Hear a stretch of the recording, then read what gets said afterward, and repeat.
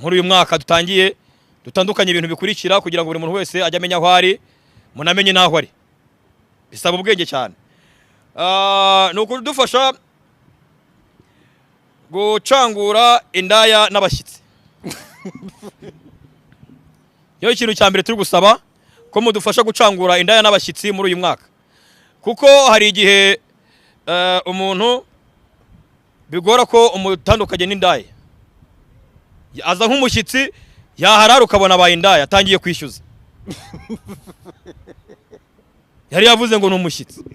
ibyo rero no kubitandukanya ukajya umenya uri igiki natwe twakubara tukamenya ngo uri igiki rero ikindi nanone no kugerageza tukavangura abajura n'abacuruzi hari igihe umuntu ugira ngo n'umucuruzi usanzwe vuna moto ugasanga arakwibye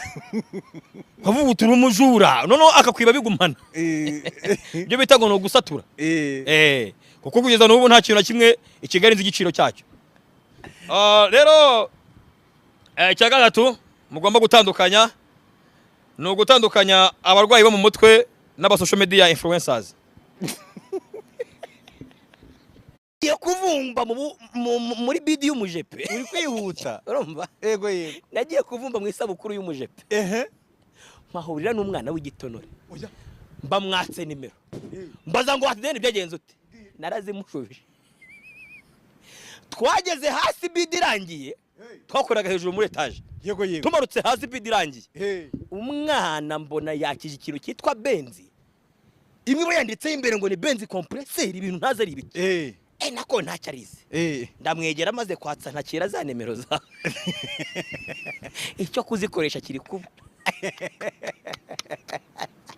ariko gise kubishakasha iyo nkuru irasekeje umuntu mukundana kugira ngo aguhe ni ngombwa ngo mugurire ifi iyo ni ndaya